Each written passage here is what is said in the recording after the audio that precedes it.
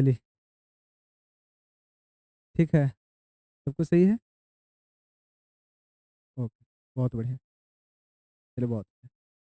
तो मेरे प्यारे दोस्त, आप जैसा कि थंबनेल पे देख पा रहे हैं, है ना? कि 1 मार्च से जो बैच स्टार्ट होना था, आज अपने समय के अनुसार शुरू किया गया। उस बैच में आज के क्लास में आखिर चीज़ें चली क्या है? आज के क्लास में आप सबके लिए क्या बताया गया है? क्या कुछ खास हुआ? आप इस पूरा वीडियो में बने रहिए, आपको शुरू से लेकर के अंत तक सारी बातें बताई जाएगी। वैसे विद्यार्थी जो आज ऑफलाइन क्लास में नहीं पहुंच पाए हैं ना, उन सभी को जो होता है, इस वीडियो के माध्यम से इस ऑनलाइन क्लास में आपको कंटेंट और जानकारी सब कुछ ऑन टाइम मिल जाएगा। घबराना नहीं, केवल आप इस वीडियो में बने रहेंगे। वैसे विद्यार्थी जो बिहार शरीफ में अवेलेबल नहीं है और जो चाह रहे थे कि हमारा भी आज का क्लास हो पाए, बट किसी कारणवश क्लास नहीं आ पाए, तो दोस्त आप घबराएं नहीं। आप जहाँ कहीं भी है वहाँ पर आपको जानकारी सही दे दिया जा रहा है। आप वैसे स्थिति में जो क्लास नहीं आ पा रहे हैं, तो आप टेंशन नहीं लेना, हम आपके साथ है ना, हम आपके पास हैं, बस इतना मानिए। तो देखिए जरा, आप कंटिन्यू केवल इस वीडियो में लगे रहिए और जो होता है जुड़े रहिए। आप अंत तक देखिएगा, बहुत ज़्यादा लंबा सेशन नहीं होने जा रहा है, कंप्लीट जानकारी और सटीक जानकारी हम आपको देने के लिए जा रहे हैं।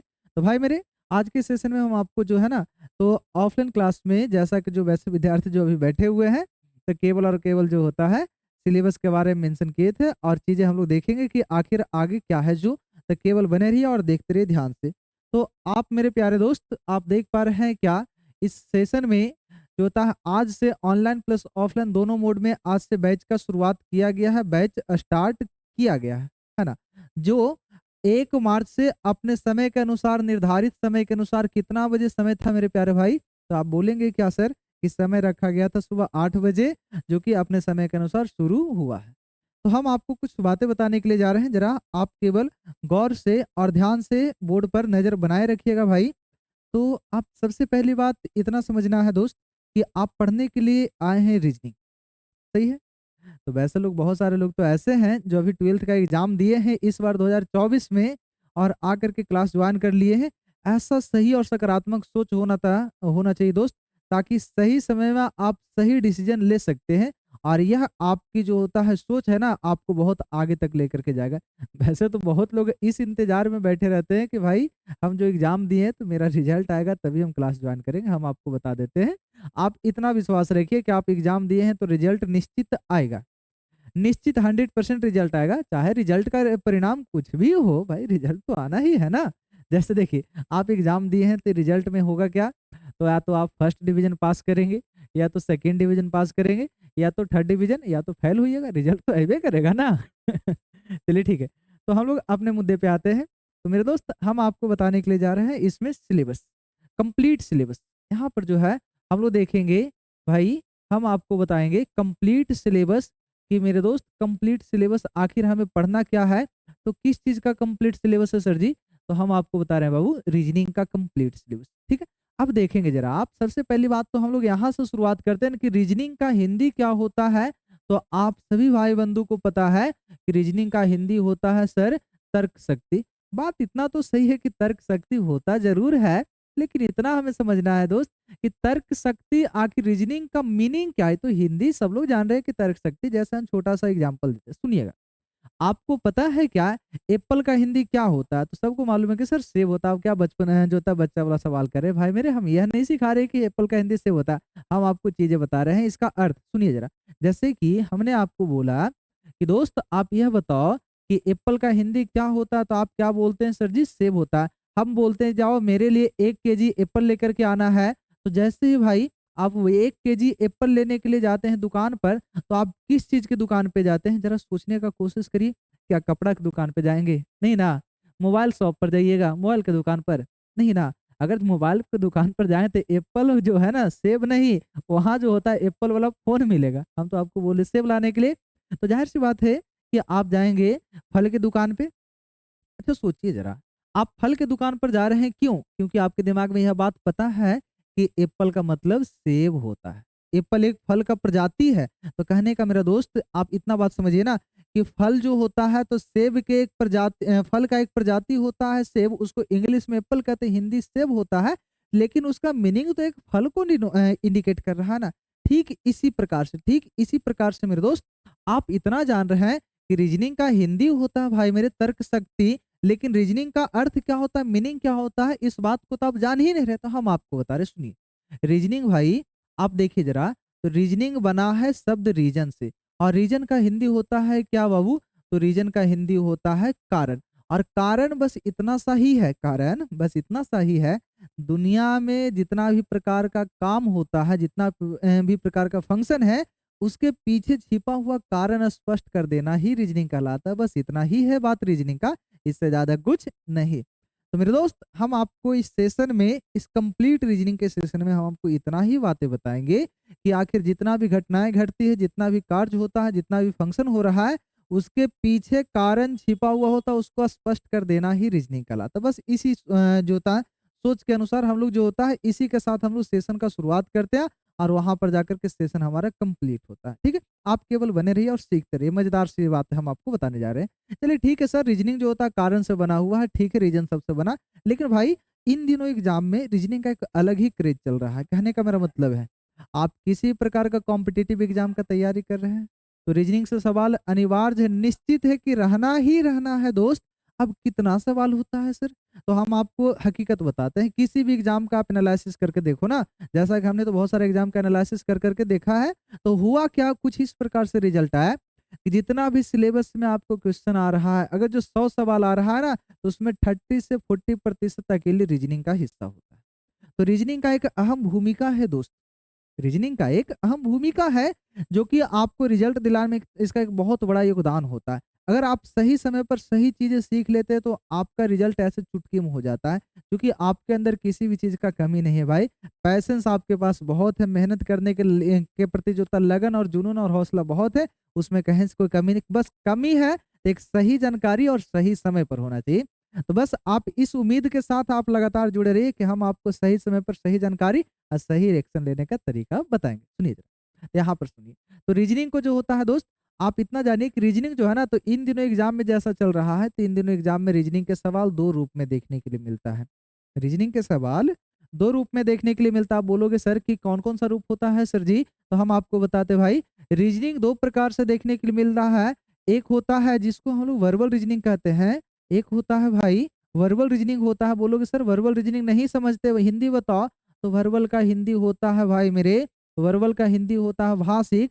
और भाषिक का मतलब वैसा शब्द, वैसा शब्द, वैसा सवाल जो आपको लैंग्वेज से रिलेटेड होता है, जहां पर किसी न किसी प्रकार का भाषा का यूज किया जाता है, उसी को हम लोग भाषिक कहते हैं।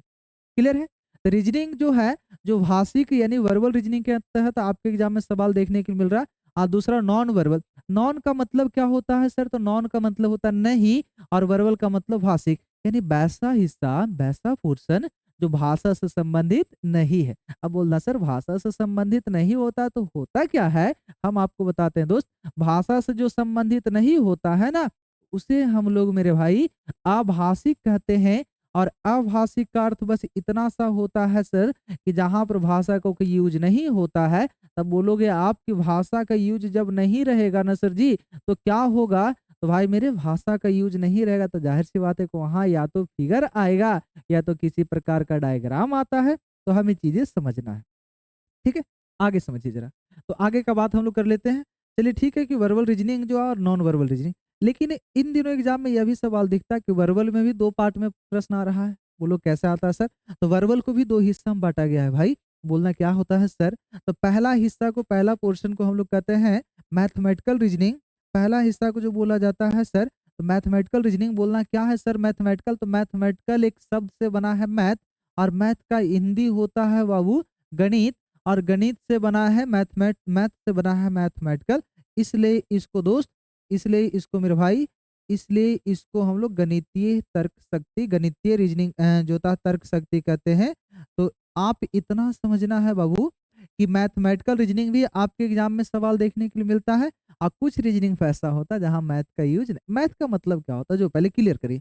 तो भाई हम आपको बताते हैं मैथ का मतलब क्या होता है। दुनिया का किसी प्रकार के मैथ को उठा करके देखिए, जैसे आप बचपन में जो मैथ पहली क्लास में पढ़े हैं, और जो 10th में पढ़े हैं, जो 12th में पढ़े हैं, और अभी आकर के भाई पढ़ रहे हैं, है ना। तो मैथ में इतना ही आप सीखे और इतना ही पढ़े, और आगे भी इतना ही पढ़ना होगा जो हम आपको बता रहे हैं, कि मैथ का मतलब होता है बाबू जोड़ घटाव गुणा भाग और स्क्वायर और क्यूब, एंड पावर, इतना ही चीज आप मैथ में इन चीजों को जो होता है तरीका अलग अलग अपना रहे हैं वो अलग बात होता है भाई, लेकिन चीजें तो इतना ही सीख रहे हैं, चाहे लैंग्वेज बेस्ड हो, चाहे डायरेक्ट इक्वेशन होता या डायरेक्ट सॉल्यूशन होता, लेकिन करना तो यही फंक्शन होता है। तो कहने का मेरा मतलब कि वैसा सवाल जो इसमें सिंबल मैथमेटिकल आ रहा होता है उसको जो होता है गणितीय रीजनिंग, वो तर्क शक्ति अर्थात मैथमेटिकल रीजनिंग कहते हैं। ठीक है, आगे सुनिए जरा। दूसरा है एनालिटिकल। एनालिटिकल का मतलब क्या होता है सर? एनालिटिकल जो शब्द है ना, जो एनालिसिस से बना है, और एनालिसिस का मतलब होता है विश्लेषण। तो इसको हिंदी में लिखना है भाई, तो इसको हम लोग विश्लेषणात्मक कहते हैं। विश्लेषणात्मक इसको बोला जाता है, इसको विश्लेषणात्मक तर्क शक्ति कहते हैं। यहाँ पर ध्यान रखना है भाई, यहाँ पर विश्लेषणात्मक तर्क शक्ति बोला जाता है। इसी को लॉजिकल कहते हैं और इसी को क्रिटिकल भी कहा जाता है। तो मुख्य रूप से रीजनिंग को दो भागों में बांटा गया, वर्बल और नॉन वर्बल। और वर्बल को भाई दो भागों में बांटा गया, एक मैथमेटिकल, दूसरा एनालिटिकल, लॉजिकल या क्रिटिकल। क्या क्लियर है यहाँ तक? ठीक है, तो आगे बढ़ते हैं। तो सुनिए जरा, ये तो रहा सर कि ठीक है कि रीजनिंग को दो भागों में देखा जा रहा है, लेकिन रीजनिंग में इन दिनों सवाल जो आ रहा है तो कौन कौन सा टॉपिक से आता है जो हमें समझना है। दरअसल एक बात हम और आपको क्लियर करते हैं, रीजनिंग कोई विषय नहीं है भाई। कुछ लोग का गलत फहमी होता है ना कि रीजनिंग सर एक विषय है, रीजनिंग कोई विषय है ही नहीं। यह एक प्रक्रिया होता है, यह एक प्रोसेस होता है, यह एक जो होता है प्रक्रिया के अंतर्गत काम करने का तरीका को इंडिकेट करता है। सच में रीजनिंग कोई विषय होता तो बाबू रीजनिंग आपको 10th में आपको बोर्ड पेपर मिलता, मिला नहीं मिला। 12th में मिलता बोर्ड पेपर, जो अभी रिसेंट में एग्जाम दिए हैं 2024 में, क्या मिला है? एक रीजनिंग का पेपर दिए नहीं ना दिए। अगर वाकई में रीजनिंग सब्जेक्ट होता ना तो रीजनिंग का ऑनर्स मिलता आपको, कॉलेज में जाकर के यूनिवर्सिटी में मिलता, लेकिन कहीं तो मिल नहीं रहा। तो भाई मेरी रीजनिंग कोई विषय नहीं है, यह एक प्रकार का प्रक्रिया है, एक प्रकार का प्रोसेस है जो कि मानव के अंदर छिपे सोचने समझने और परखने की क्षमता को इंडिकेट करता है, उसी को हम लोग भाई रीजनिंग कहते हैं। तो सुनिए जरा, अब बात आ जाता है कि सर रीजनिंग जो है ठीक है, तो रीजनिंग में हमें पढ़ना क्या क्या होता है। तो जैसा कि हमने आपको शुरू में ही बोला था, कंप्लीट सिलेबस डिस्कस करने के लिए जा रहे हैं। ठीक है, तो सुनिए जरा, रीजनिंग में हम आपको टॉपिक वाइज बात कर लेते हैं, जो अभी के लेटेस्ट कंटेंट का हम बात कर लेते हैं। जितना भी तरह का एग्जाम हो रहा है ना, तो सभी एग्जाम को ध्यान में रखते हुए लेटेस्ट से लेटेस्ट कंटेंट का बात किया जाए जो बिल्कुल अपडेटेड है। तो यहाँ पर आपको इतना ही चीजें दिख रहा है रीजनिंग के अंतर्गत, बहुत ज्यादा नहीं। यहाँ पर हम आपको बता रहे हैं, जो सुनिए, यहाँ पर लेटेस्ट कंटेंट आपको दिया जा रहा है, तो इसमें बिल्कुल लेटेस्ट और अपडेटेड है। जो कि सबसे पहला आप यह देखिए, इस सेक्शन में हमारे हिसाब से रीजनिंग को 5 सेक्शन में बांटा गया भाई। क्लास में बिल्कुल सिस्टमैटिक तरीका से एक दूसरे से जो टॉपिक रिलेटेड होता है वहां पर हमने अलग अलग कैटेगरी में डिवाइड कर दिया। हम आपको रीजनिंग को 5 टुकड़ा में बताएंगे। बाबू रीजनिंग 5 सेक्शन में मेरे हिसाब से बांटा गया। तो जैसा कि आप देख रहे हैं भाई, सेक्शन ए। अब बोलोगे सर सेक्शन ए क्या होता है? तो सेक्शन ए में वैसा टॉपिक, वैसा हिस्सा जो आपको अल्फाबेट से संबंधित जितना भी सवाल आता है ना, तो सारा का सारा हम लोग सेक्शन ए में सीखेंगे। ठीक है, अब सुनिए जरा, इसमें टॉपिक वाइज बात कर लेते हैं। सीरियल नंबर यहाँ दिया गया है, ओवरऑल टॉपिक की संख्या कितनी है, ड्यूरेशन कितना जाता है, सारा सवाल, तमाम सवालों का जवाब हम देंगे। तो सुनिए, डिक्शनरी अरेंजमेंट या इसी को वर्ड अरेंजमेंट के नाम से जानते हैं, डिक्शनरी या इसी को वर्ड अरेंजमेंट कहते हैं, जो कि पहला टॉपिक हम आपको लेकर के चलेंगे। ठीक है, दूसरा टॉपिक होता है जिसको हम लोग वर्ड फॉर्मेशन के नाम से जाना करते हैं।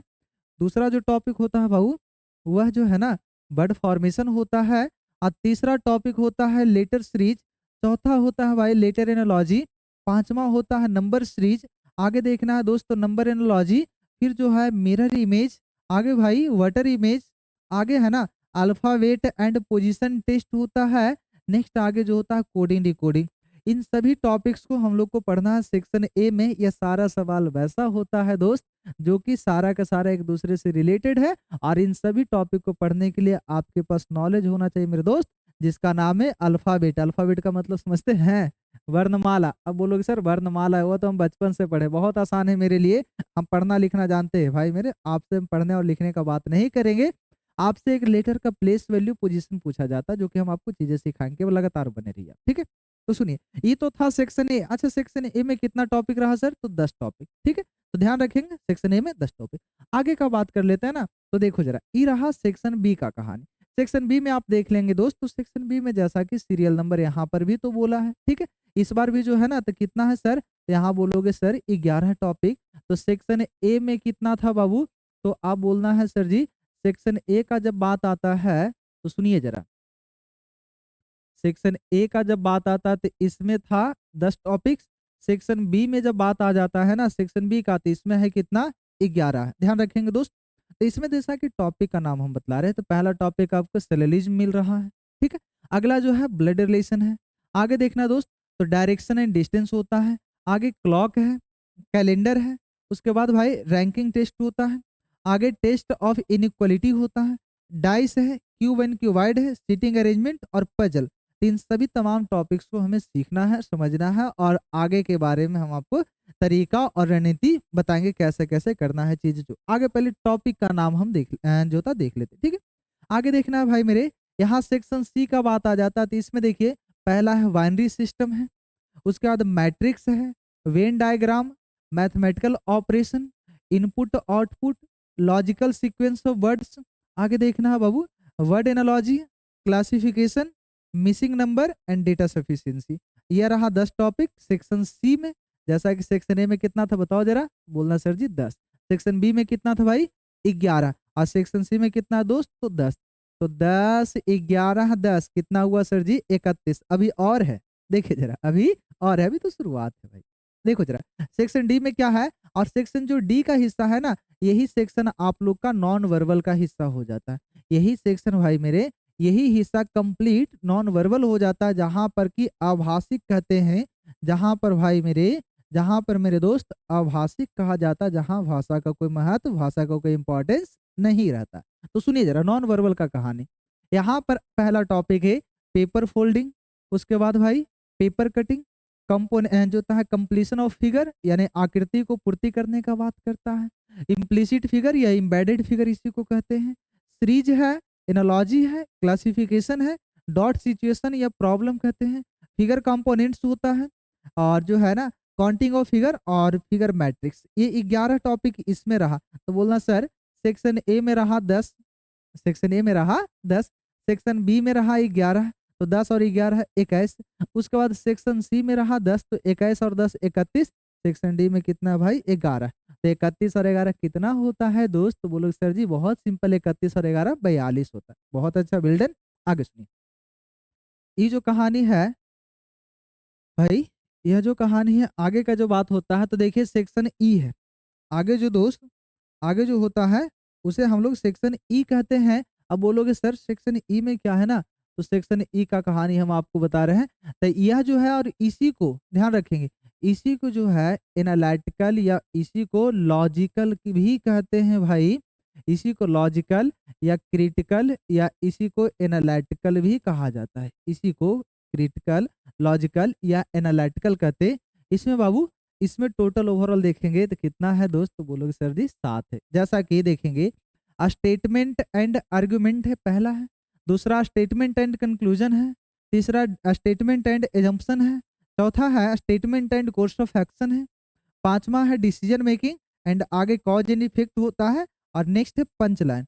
यह 7 टॉपिक इसमें रहा, यानी आप कुल मिलाकर के बात इतना है दोस्त, कुल मिलाकर के बात इतना है। टोटल टॉपिक्स का बात किया जाए तो बोलो क्या है सर, तो हम आपको बता रहे हैं, सुनिए। टोटल टॉपिक्स के बारे में हम बात कर लेते हैं भाई, तो हम आपको बताते हैं सेक्शनल के हिसाब से, सेक्शन के हिसाब से, ठीक है।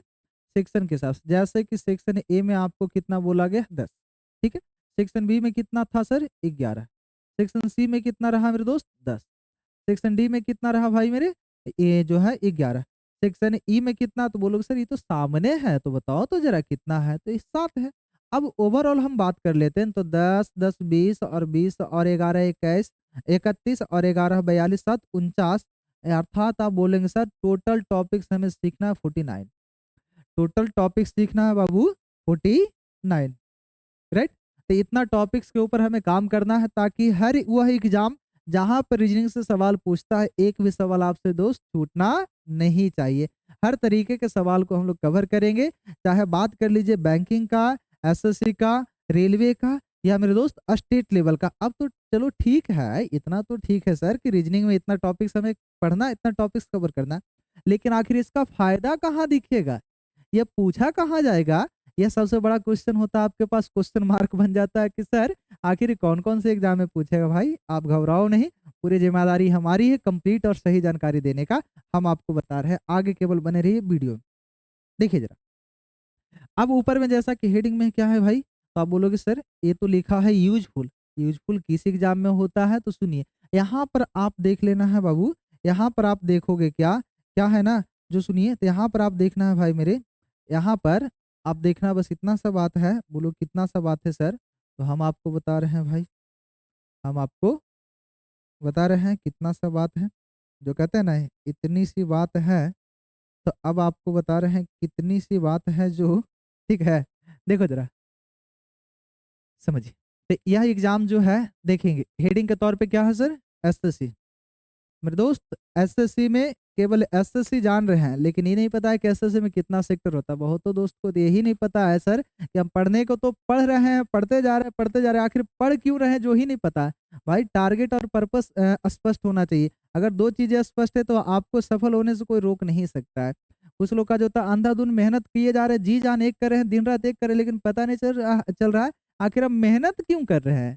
तो सही जानकारी सही समय से होना चाहिए, ताकि आपको सफलता दिलाने में बहुत इसका भूमिका होती, अहम रोल निभाता है, ठीक है ना। सुनिए जरा, तो एसएससी के अंतर्गत बहुत सारा पेपर होता है, जैसा कि हम आपको बात बता रहे हैं। एसएससी में सीजीएल होता है, सबको मालूम है, सीएचएसएल होता है, स्टेनोग्राफर होता है, सीपीओ होता है, आईबीएसीएन जो होता है, आईबी का होता है पेपर, एमटीएस का होता है, एसएससी जीडी होता है, सिलेक्शन पोस्ट जो अभी हाल फिलहाल में उसका जो होता है दोस्त फॉर्म भी फिलअप हो रहा है, सिलेक्शन पोस्ट फेज 12 का।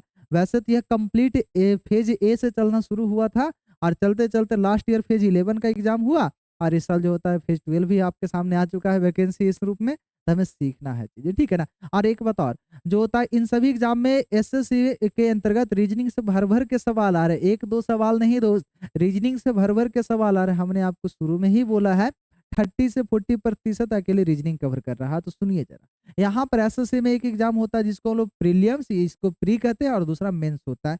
पहले आज से कुछ साल पहले का बात कर ले, लास्ट ईयर का बात कर लेते, तो मेंस में रीजनिंग नहीं पूछा जाता था, लेकिन मेरे दोस्त वहाँ मैथ और इंग्लिश आया करता था। लेकिन इन दिनों जो होता है सरकार की तरफ से अनाउंस कर दिया कि भाई सबका सोचने समझने की क्षमता स्ट्रांग होना चाहिए, वह केवल रीजनिंग से ही होगा।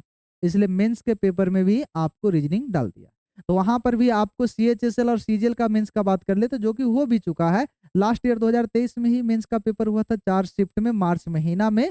और जो है ना, तो चारों शिफ्ट में मेंस में सवाल पूछा एसएससी सीजीएल में, कितना रहा सर, तो 30 सवाल मेंस में डाला है, और पर सवाल जो होता है 3 नंबर का था, यानी कि पर क्वेश्चन बाबू आपको हम बता रहे हैं, ध्यान रखें, प्रति क्वेश्चन एक क्वेश्चन कितना मार्क्स का था, तो आप बोलोगे सर जी 3 नंबर का था। ओवरऑल कितना रहा, तो 90 नंबर अकेले रीजनिंग देख रहा था मेंस के पेपर में। और 90 नंबर दोस्त कम नहीं होता, बहुत बड़ा एक जो होता हिस्सा है 90 नंबर, ठीक है ना। तो इतना रहा। आप हर एक एग्जाम का बात कर लीजिए, किसी भी एग्जाम को बात करिए, तो यहाँ स्टेनोग्राफर का बात कर लीजिए, इसमें 50-50 रीजनिंग आ रहा है, इसमें मैथ तो है ही नहीं दोस्त। इस तरह से आता है, सीपीओ में भी बहुत सारा रीजनिंग आ रहा है। तो कहने का मेरा मतलब है ना कि रीजनिंग बहुत ज्यादा पूछा जा रहा है आए दिन एग्जाम में। ये तो रहा एसएससी, इतना सेक्टर है जहां पर के प्रश्न मिलेगा। आगे बढ़िए जरा, है ना। तो सुनिए, बहुत ही इंटरेस्टिंग बात है, और बहुत ही कम लोगों के पास जानकारी, यह जानकारी होता है, जो कि अंधाधुन मेहनत किए जा रहे हैं, पता नहीं कि कौन सा दिशा। भाई मेरे टारगेट फिक्स करो, प्लान करना है कि खोपड़ी में यह बात को हमेशा जो होता है घुमाते रहिए कि हमें पढ़ना क्या, हमें बनना क्या है, करना क्या है, उसी के हिसाब से आप मेहनत करें ना। ज्यादा करने से क्या जरूरत होता है। जैसे अक्सर एक कहावत सुनने के लिए मिलता है कि वो फलाना पढ़ते पढ़ते पागल हो गया है, फलाना पढ़ते पढ़ते पागल हो गया। हमारा मानना तो यही कि काहे के लिए उतना पढ़ लिया जो पगला गया है। आप उतनी पढ़िए ना जितना का जरूरत होता है, समझे। तो सुनिए जरा, यह बात कर लेते हैं भाई रेलवे का, यह बात जो कर लेते हैं रेलवे का। बोलो क्या है सर, तो रेलवे में एनटीपीसी है, आरपीएफ का नोटिफिकेशन आ चुका है, फॉर्म भी भराएगा कुछ दिन में।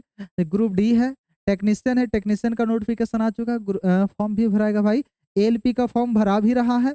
और इन सभी एग्जाम्स में सीबीटी 1 और सीबीटी 2 होता है। इसी को जो था मेंस के अंतर्गत इसको माना जाता है, लेकिन मेंस ना लिखता है, नहीं लिखता है रेलवे में, सीबीटी 1 और सीबीटी 2 लिखता है। तो दोनों जगह आपसे सवाल पूछ रहा है रीजनिंग से, ठीक है। ये तो रहा भाई रेलवे वाले, वैसे लोग जो रेलवे का तैयारी कर रहे हैं, ठीक है ना, वहां पर भी मिलेगा। लेकिन कुछ भाई ऐसे होते हैं ना जो स्पेशल प्रॉपर बैंकिंग को प्रेफर करते हैं। तो भाई हम आपको कंप्लीट सिखाएंगे, लेकिन जानकारी सारा रखना है, ध्यान रखना है। तो बैंकिंग का बात कर लेते हैं, तो बैंकिंग में भी दो पेपर होता है भाई। बैंकिंग में मेरे दोस्त दो पेपर होता है, एक प्रीलिम्स होता है और दूसरा मेंस होता है। अगर प्रीलिम्स का बात कर लेते हैं, जिसको प्री कहते हैं, तो प्री में भी सवाल और मेंस में भी सवाल बहुत ज्यादा पूछा जाता है। बैंकिंग का कुछ नौकरी डिपेंड कर रहा है रीजनिंग और इंग्लिश पर ही दोस्त, इसलिए आप ध्यान रखना है, ठीक है ना। तो यहाँ पर जो होता है बैंकिंग में आईबीपीएस क्लर्क में भी रीजनिंग बहुत मात्रा में पूछ रहा है। इसका जो होता है प्री और मेंस सबका हो रहा है, ठीक है ना, प्री और मेंस सबका हो रहा है बैंकिंग में। आगे सुनिए, आईबीपीएस पीओ है, आईबीपीएस जो होता है आरआरबी है, एसबीआई जो होता है क्लर्क है, आरबीआई असिस्टेंट होता है, एसबीआई एसओ है, और एलआईसी एडीओ है, आरबीआई ऑफिसर ग्रेड बी के में भी पूछा जा रहा है, नबार्ड ग्रेड ए में भी पूछा नहीं, हर एक सेक्टर में आपके एग्जाम में प्रश्न डाल रहा है बैंक में, ठीक है। ये तो रहा भाई एसएससी, रेलवे और बैंकिंग। और भी कुछ एग्जाम है जिसके बारे में हम आपको बता रहे हैं, सुनिए जरा। और भी कुछ एग्जाम है जिसके बारे में बता रहे हैं, बोलना क्या है सर, तो देखो जरा। ऑल स्टेट एग्जाम्स में रीजनिंग, जैसे कि बिहार एसएससी का सबको पता है दोस्त कि बिहार एसएससी में ऑल स्टेट में हम बता रहे हैं, थोड़ा सुनिए जरा। तो ऑल स्टेट में बिहार एसएससी में रीजनिंग का सवाल 50 और पर रीजनिंग 4 नंबर का है, 4 मार्क्स का है, अर्थात 200 नंबर का अकेले रीजनिंग आ रहा है भाई, 200 नंबर का अकेले रीजनिंग आ रहा है। एसएससी बिहार एसएससी का बात करें, अभी हाल फिलहाल यूपी में जो होता है, यूपी पुलिस का जो होता है कांस्टेबल का पेपर लीक हुआ, सबको बात पता है। जो फरवरी 17 और 18 का एग्जाम था, उसमें कितना रीजनिंग था, क्या मालूम है, हम आपको बता रहे हैं।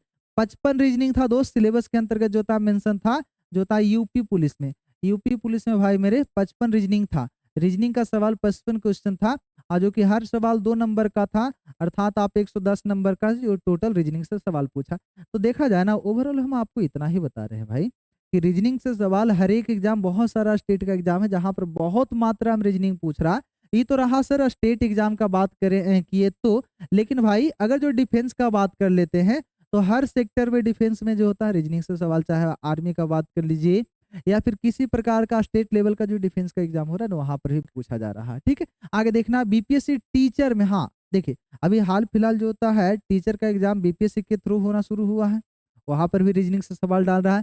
बीएड का भी अगर आप एंट्रेंस एग्जाम दिए होंगे कभी ना, या देने का प्लान कर रहे हैं भाई, वहां पर भी रीजनिंग से सवाल पूछा जा रहा है। ओवरऑल कुल मिलाकर के बात करते हैं, रीजनिंग एक अभी के समय में ऐसा हिस्सा बन गया है मेरे दोस्त, जो हर एग्जाम बिना रीजनिंग पढ़े आप एग्जाम क्लियर करना एक असंभव नहीं, चुनौती है दोस्त, इसलिए आपको पढ़ना बहुत जरूरी। वास्तव में रीजनिंग बहुत आसान होता है, मानना है, लेकिन आसान किसके लिए है, जो सही जानकारी रख रहा है, समझे। वैसे बनाने के लिए तो बहुत लोग ऐसे भी बना रहे हैं बिना पढ़े, लेकिन कुछ ही सवाल मेरे दोस्त, कुछ सवाल से आपका जीवन और आपका जीवता भविष्य नहीं उज्जवल होने जा रहा है, और कुछ सवाल से आपका रिजल्ट भी नहीं होने जा रहा है, ठीक है। आगे सुनिए, ये तो रहा सर कि रीजनिंग यहाँ यहाँ इंपॉर्टेंट है, जो जो कि हमने आपको बताया, सबको समझ आ रहा है। अच्छा इतना बताओ, सबको क्लियर है ना। अब सबसे बड़ा क्वेश्चन है सर कि ठीक है आपने बताया रीजनिंग यहाँ है, लेकिन कितना समय चलेगा रीजनिंग, कितना दिन हम पढ़ेंगे। सबसे खास बात तो अभी हम बताए ही नहीं, तो सुनिए दोस्त, रीजनिंग के बारे में हम आपको बताते हैं दोस्त, सुनिए। रीजनिंग के बारे में हम आपको बता रहे हैं भाई, रीजनिंग आखिर हमें पढ़ना कितना समय है, जो तो कोर्स ड्यूरेशन, यानी कि हम आपको बात कर रहे हैं कोर्स ड्यूरेशन का, कोर्स ड्यूरेशन, कोर्स ड्यूरेशन, ये सेशन कितना दिन चलेगा, जो तो भाई कंप्लीट रीजनिंग, कंप्लीट सिलेबस करने में, कंप्लीट सिलेबस करने में हम आपसे ज़्यादा कुछ नहीं बोलते हैं मेरे दोस्त, हम आपसे ज़्यादा कुछ नहीं बोलते। आप अपने जीवन का 120 घंटा हमें निकाल करके दे दीजिए, हम आपको रीजनिंग कंप्लीट करा देंगे। सुनने में तो बहुत आसान लग रहा है ना। अब बोले सर 120 घंटा बहुत आसान है, ले लीजिए हमसे 5 दिन हम दे दिए 120। भाई 5 दिन लगातार नहीं पढ़ोगे आप, एक दिन में 1 घंटा का क्लास होता है ना, तो 120 घंटा का मतलब 120 दिन, और 120 दिन जो होता है, 120 दिन जो होता है भाई मेरे, यहाँ पर देखा जाए एवरेज तो 30 का मल्टीप्लाई कर लेते हैं भाई, 30 का मल्टीप्लाई कर लेते हैं 4 से, अर्थात 4 मंथ यानी 4 महीना आपका सिलेबस है मेरे तरफ से। बट 4 महीना भी लगातार क्लास नहीं होता है, सबको मानना है कि महीना दिन तो क्लास होता ही नहीं रेगुलर, सर 4 महीना कैसे, भाई महीना तो दूर की बात है, यहाँ तो सप्ताह भी रेगुलर नहीं हो रहा है।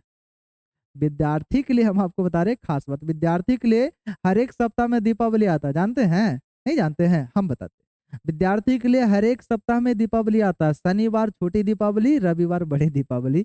रविवार का तैयारी शनिवार को हो जाता है कि सर 6 दिन तो हमने पढ़ा, एक दिन रेस्ट चाहिए। तो भाई 7 दिन तो 8 दिन तो क्लास चल ही नहीं रहा है। इसलिए मेरे दोस्त, हम आपको अपने तरफ से एक दिन नहीं सर, एक महीना भाई हम आपको छुट्टी छुट्टी में काउंट कर लेते हैं। ओवरऑल कितना चलना है, तो बाबू हम आपको 5 महीना में सिलेबस कंप्लीट करा देंगे। उसमें बेझिझक आप निश्चिंत रहिए, वह मेरी जिम्मेदारी है आपको स्टेप बाय स्टेप चीजें समझाते हुए, क्लियर करते हुए, और एग्जाम्पल पर्याप्त मात्रा है। और हम आपको बता रहे रीजनिंग के बारे में, सिलेबस में कितना टॉपिक्स तो आपने देखा 49 और 49 टॉपिक का बात कर लेते हैं दोस्त। टोटल टॉपिक्स जो रहा आपने तो देखा 49 टॉपिक्स रहा। और 49 टॉपिक्स में अगर जो एटलीस्ट 49 टॉपिक में इस एक टॉपिक में 100 सवाल भी देखा जाए ना, तो टोटल 49 100 5000। और मेरे दोस्त, मेरे यहाँ कोई भी टॉपिक में 100 से नीचे नहीं, 100 से 200 300 250 भी सवाल होता है एक एक टॉपिक में। सवाल कंटेंट बहुत है भाई। हम आपको इसमें करवाएंगे 49 टॉपिक्स में। क्वेश्चन का बात कर लिया जाए तो 5000 प्लस प्रश्न मेरे तरफ से जो होता है क्लास नोट्स में होगा। मेरे तरफ से जो होता है क्लास नोट्स में आपको दिया जाएगा, जो कि बहुत है। और ये तो क्लास नोट्स में रहा, लेकिन हम आपको एज ए एग्जाम्पल 2000 सवाल के अप्रॉक्स आसपास जो होता है, 2000 प्रश्न जो है, हम आपको एग्जाम्पल दे देंगे, उदाहरण दे देंगे। उदाहरण के तौर पर हम आपको कॉपी में लिखवा देंगे। ओवरऑल 7000 प्लस इस सेशन में हम आपको सवाल करवाएंगे भाई मेरे। 7000 सवाल कम नहीं होता है। इसके बाद आपको कहीं दोबारा पढ़ने का एक पैसा भी जरूरत नहीं, बस प्रैक्टिस कर लीजिए। रिजल्ट देखिए आपका कैसे नहीं होता। हमारे तरफ से फुल गारंटी है दोस्त, एक एक सवाल हम आपसे बनवाएंगे। और आपको पूरा यकीन के साथ जो होता है वादा दिलाते हैं। आपको जो होता है ना, अगर आप मैथ पढ़ रहे हैं, इंग्लिश पढ़ रहे हैं, कहीं भी और पेपर पढ़ रहे हैं, रीजनिंग में सबसे बेहतर स्कोर नहीं रहा, तो मेरे पास आप आकर के बोलेंगे सर आपने तो झूठ बोला। भाई मेरे, आपका सबसे बढ़िया बेहतर स्कोर हम आपको दिला देंगे रीजनिंग में। ठीक है, तो यह था कंप्लीट हिस्सा। अब आपके मन में एक सवाल और है सर, कि ठीक है इतना तो सब कुछ सही था, लेकिन फी क्या है? तो बाबू फी के बारे में हम आपको बताएंगे। वैसे जो होता है ऑफलाइन क्लास में सारी चीजें हम डिस्कस कर ही रहे हैं, बाकी बातें हम लोग अगले क्लास में करते हैं। क्या इतना सही है ना? इतना चीजें। बात रहा फी का दोस्त, सुन लीजिए। बात रहा फी का, तो फी के लिए हम आपको कंप्लीट जानकारी देंगे, उसके लिए घबराना नहीं है। और यह चीजें जो होता है किसी प्रकार के, वैसे लोग जो ऑफलाइन से जो ऑनलाइन से जुड़े हुए हैं, तो आपके लिए ऑनलाइन कोर्स परचेज करने के लिए, अगर आप कंप्लीट ऑनलाइन चाह रहे हैं, अगर आप बाहर में हैं, बिहार शरीफ में नहीं है, आप ऑनलाइन बैच लेना चाहते हैं, तो ऑनलाइन बैच लेने के लिए भाई, ऑनलाइन बैच लेने के लिए मेरे दोस्त, आपको बहुत ज़्यादा कुछ नहीं, आप प्ले स्टोर से, सुनिएंगे जरा, आप प्ले स्टोर से एप्लीकेशन मेरा जो बना हुआ है उसे आप जा करके डाउनलोड कर लेना। बोलो क्या है सर? तो एप्लीकेशन का नाम है भाई स्टडी प्लान। स्टडी प्लान के नाम से एप्लीकेशन जो होता है रन कर रहा है प्ले स्टोर पर। वहां से जा करके इसे आप डाउनलोड कर लेना है। इसे आप जो है ना डाउनलोड करोगे, और उसके बाद यहाँ पर आप जा करके कोर्स परचेज कर सकते हैं। यहाँ पर आपको और किसी प्रकार का प्रॉब्लम होता है तो आप YouTube पर तो आप देख ही रहे हैं, कुछ दिक्कत नहीं। एप्लीकेशन पे क्लास लाइव चलता है, रिकॉर्डेड वीडियो भी आपके पास मिल जाता है, उसके लिए नो डाउट। इसके अलावा अगर किसी प्रकार के सवाल में आपको दिक्कत होता है, तो टेलीग्राम का चैनल पे आप जा करके भाई, टेलीग्राम चैनल पे आप जा करके क्लास का जो टेलीग्राम चैनल बना हुआ उसमें आप ज्वाइन कर लेना है। सारा समस्या का समाधान वहां पर आपको किया जाएगा, जो कि भाई रीजनिंग, अमर रीजनिंग क्लासेस के नाम से टेलीग्राम एप्लीकेशन पे जाके सर्च करोगे। इसमें अप्रॉक्स आपको 5000 प्लस विद्यार्थी टेलीग्राम चैनल पे आपको मिल जाएंगे। 5000 प्लस स्टूडेंट्स जो होता है टेलीग्राम चैनल पे मेरे यहाँ मिल जाएंगे, जो आपके मित्र साथी ही है कि, और सारा समस्या का सोल्यूशन वहां पर हो जाता है।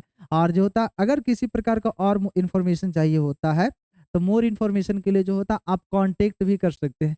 मोर इन्फॉर्मेशन के लिए भाई आप कांटेक्ट भी कर सकते हैं क्लास के नंबर पे। बोलना क्या है सर? तो आप इस पे कॉल भी कर लेना है, जो नंबर है 94, यहाँ पर यह रहा,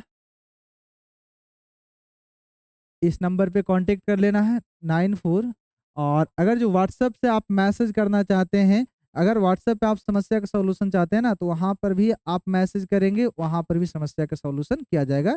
तो व्हाट्सएप पे जो होता है मेरे दोस्त, व्हाट्सएप पे आप लोगों को लिए जो होता है सुविधा दी गई है किसी प्रकार का समस्या, तो व्हाट्सएप नंबर भी आप नोट कर लेना है, 90658647 ये दोनों कॉन्टैक्ट नंबर पे आप कॉन्टैक्ट कर सकते हैं। किसी प्रकार का समस्या होता है तो वैसे आपको कोई समस्या नहीं होगा, ठीक है ना? और सारी जानकारी डिस्क्रिप्शन में आपको दी जाएगी। तो आज भाई यहाँ तक ही, और मिलते हैं हम लोग अगले सेशन, अगले वीडियो में। अगले सेशन ऑफलाइन तो चल ही रहा। अगर आप बिहार शरीफ के आसपास है तो सिलेबस में कुछ नहीं निकला, कल से आप ज्वाइन कर सकते हैं। आपका अगला क्लास आपके साथ हम करेंगे ऑफलाइन में, और ऑफलाइन जो होता आते आपको बहुत ज़्यादा मजा आने जा रहा है। बहुत ही इंटरेस्टिंग टॉपिक है। तो इतना सब कुछ क्लियर है, और ज़्यादा से ज़्यादा सूचना दोस्तों को शेयर करिए। किसी प्रकार का कोई प्रॉब्लम होता आप खुल करके शेयर करेंगे। अगर आप दूर दराज में जो नहीं आ सकते हैं तो ऑनलाइन आप जुड़ सकते हैं हमसे। किसी प्रकार का कोई समस्या, हम आपके साथ हैं, ठीक है? Best of luck. आप मेहनत करते रहिए, आगे आपको सफल होने से कोई रोकेगा नहीं।